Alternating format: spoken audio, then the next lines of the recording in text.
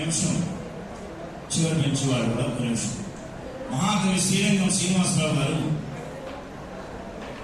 మహాప్రస్థానం, శిల్పాలి, ఖడ్గ సృష్టి అనే పుస్తకాలు రాశాడు. ఆయన సంకలనాలు.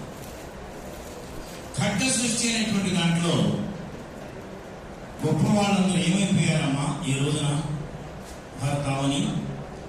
గొప్ప వాళ్ళందరూ ఏమైపోయారు? ఆదిశంకరాచార్య ఏడు, అశోక చక్రవర్తి ఏడు, అలాని గుర్రం మీద యుద్ధం చేసినటువంటి ఝాన్సీ లక్ష్మీబాయి, కృష్ణదేవరాయ, ఇలా ఏడు వీళ్ళందరూ కూడా ఈ రోజున ఖడ్గదిక్కిన ఏడు అంటూ బాధపడతారు.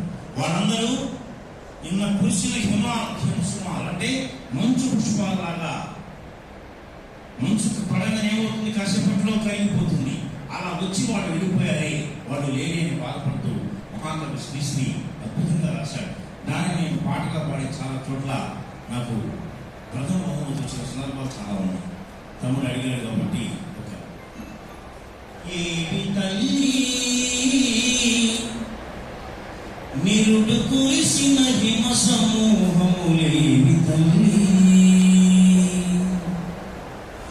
ఏమి తల్లి నిరుడు కురిసిన హిమ సమూహములేవి తల్లి. హిమ సమూహాలంటే మంచు. కాళిదాస మహాకవీంద్రుని కవన వాహినిలో కరంగిన ఉజ్జయిని వేడెక్కడమ్మా ఉంది చూపించు. ఏవి తల్లి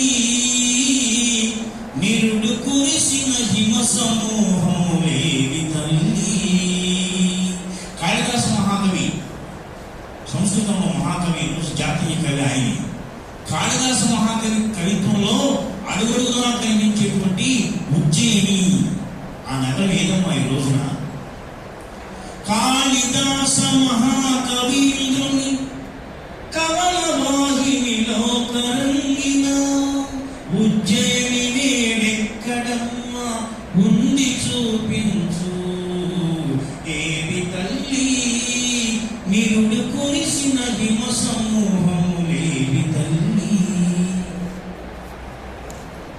షాజహాన్ అంతఃపురములో, షాజహాన్ ఏం చేశాడో మనందరికీ తెలుసు.